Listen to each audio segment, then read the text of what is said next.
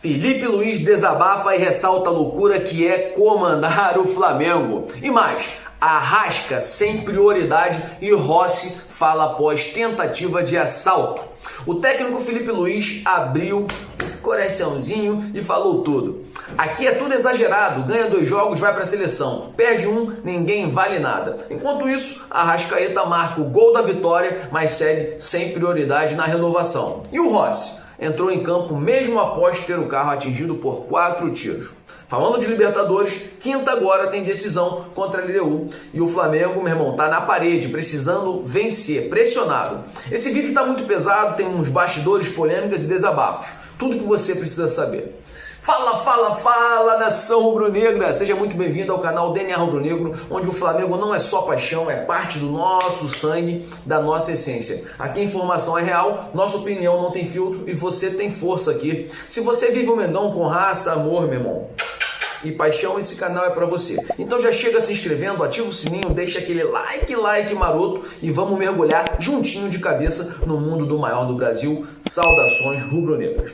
Após a vitória do Flamengo por 1-0 sobre o Bahia, no Maraca, Felipe Luiz aproveitou a entrevista coletiva para abrir o jogo sob a pressão intensa que vive como técnico do Flamengo, do Mengão.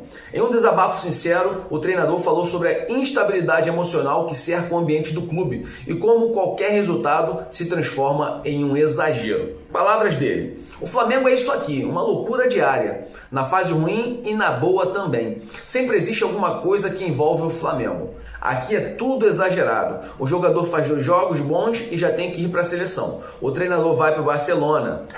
Aí perde um jogo e ninguém vale mais nada. Eu sempre falei isso pro elenco, até quando estávamos invictos, desabafou o Felipe. Apesar da liderança provisória no Brasileirão com a vitória sobre o Bahia, o Flamengo ainda viveu um momento de cobrança, principalmente por sua situação delicada na Libertadores. Felipe Luiz afirmou, essa turbulência é mais externa do que interna. Essa turbulência é mais externa que interna. Deixa eu falar uma coisa para vocês. Hoje é segunda-feira, tá? O Flamengo, após o jogo contra o Bahia, dormiu na liderança. Ficou empatado ali Bragantino e Flamengo com 17 pontos. Mas o Flamengo, por ter um bom saldo de gols, dormiu na liderança. Esperando o jogo do Palmeiras contra o São Paulo. Palmeiras venceu ontem, domingo, hoje é segunda, venceu ontem, no domingo, o time do São Paulo, tá, com um gol meio estranho do Vitor Roque, já no finalzinho. O Varmeira está ajudando demais. Jogaram mal, mas venceram por 1-0 e estão na liderança com 19 pontos. Então, no atual momento, o Flamengo é o segundo colocado do Campeonato Brasileiro, só para te deixar atualizado, tá bom? Então, voltando aqui para a fala do Felipe Luiz, olha a fala dele na coletiva. Ele afirmou que a turbulência que o Flamengo tem vivido é mais externa do que interna, que está todo mundo tranquilão lá dentro, é a mídia perturbando, né? Fala dele, olha a fala dele. Depois da vitória sobre o Corinthians, depois do jogo contra o Botafogo da Paraíba, tivemos uma derrota com um pênalti no último minuto e um empate fora. Isso é turbulência? Não, isso é normal. Internamente seguimos unidos, acreditando, trabalhando. O resultado a gente não controla. Às vezes você faz um grande jogo e perde. Faz um jogo ruim e ganha. Faz parte. Complementou aí o Felipe Luiz. Lembrando que o Flamengo volta a campo nesta quinta-feira, dia 15, para enfrentar a LDU no Maracanã, pela 5ª rodada da Libertadores. O jogo é considerado decisivo para o clube avançar nas oitavas. Agora a gente vai falar um pouquinho sobre o Rossi, né? Na verdade, antes do Rossi, eu queria deixar claro o seguinte: o Felipe Luiz, ele é o nosso técnico, cara. Eu fiz críticas recentemente duras ao Felipe Luiz, ao time do Flamengo, porque não tá jogando bem. Não tá jogando bem e tem um elenco muito caro.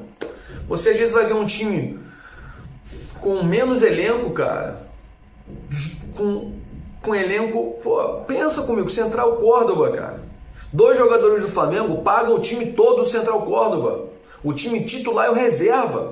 Então, assim, as críticas, elas vêm, cara. E o Felipe Luiz precisa de alguma forma estar blindado emocionalmente para receber a crítica e pensar assim, não, cara, realmente o time precisa melhorar nisso, nesse aspecto. Mas é evidente que o Felipe Luiz é o nosso técnico, a gente está apoiando o Felipe Luiz. Pô, a gente gosta, eu gosto demais do Felipe Luiz como jogador e como técnico. Mas faz parte, cara. Nenhum CEO de uma grande empresa, pô, pensa comigo, um CEO da Apple, um CEO do Google, o CEO do Banco do Brasil, aqui no, vamos falar do Brasil, o CEO do McDonald's, cara, todo mundo sofre pressão por resultados. Então, não adianta falar para a torcida do Flamengo, o Flamengo está numa situação que é confortável. Se os resultados não forem bons, não é confortável. E eu fico feliz de saber que não há crise interna e que a crise está sendo gerada pelo externo. Está tudo bem. Mas o torcedor tem direito de reclamar. O torcedor tem direito de falar sobre o time, como os jornalistas vão fazer. É isso. Então, Felipe, a nação está com você. Todos nós torcemos pelo time, pela nossa tropa. E vai dar tudo certo, irmão. Mas esteja sempre atentos. Você, principalmente, sempre atento a ter cuidado, a não ter amizade demais com o jogador, porque, cara, você é o líder do time. Você é o líder. Eles precisam estar com você, isso é fato. Você precisa ter uma liderança boa, mas ao mesmo tempo, irmão, existem inserções que você precisa fazer, retiradas às vezes, e tem que fazer. Tem que jogar quem tá bem. Essa é a ideia do time titular do Flamengo. Vamos agora falar sobre Rossi, né? Vamos lá. Rossi desabafou após tentativa do assalto e tiros no Rio, tá?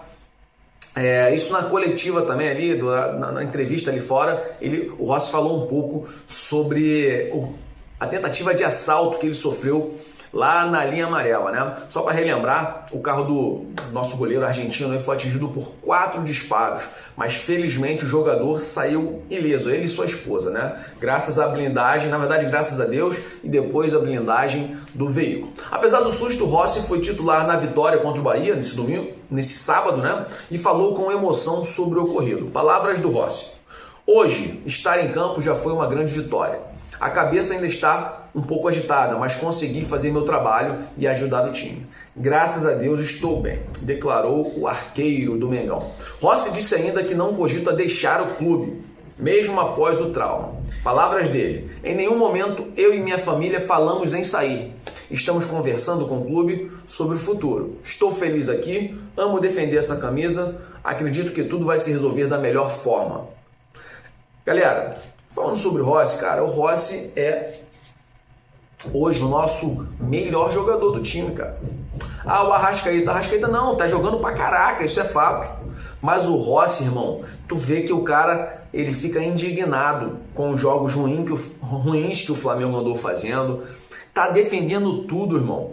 E, cara, passou por um sufoco e no mesmo dia, porque teve treino no dia, o cara tava lá no CT do Flamengo.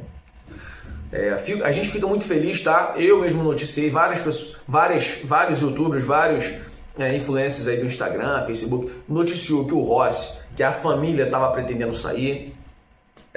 Algumas informações internas diziam isso, mas vem o Rossi e dá essa declaração. Essa declaração, irmão, serve para tranquilizar a nação. Sério? Aí, ó, a produção tá perguntando, mas ele não queria sair? Você não falou isso? Eu falei porque a princípio era o que se dizia, né? Informações lá de dentro do clube, cara, aí que é fogo. As informações vêm e aí parecem ser verdadeiras, mas eu não vou mentir para vocês. Eu acho que esse discurso do Rossi é um discurso para acalmar a torcida.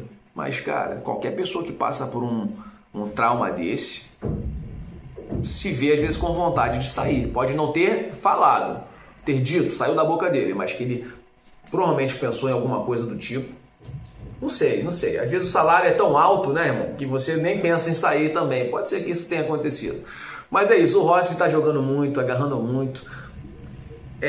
Recentemente, no jogo contra o Bahia, recebeu a homenagem por causa dos 100 jogos, né? Pô, muito bom ter um paredão no Flamengo. Agora a gente vai falar um pouco sobre a Arrascaeta, né? Arrascaeta marcou, mas não tem sido levado como prioridade para a renovação. Isso aqui é uma polêmica que está surgindo. Eu já até expliquei isso no Instagram. Cara, eu vou falar um pouquinho sobre essa notícia, tá? Mas depois eu vou dar minha opinião.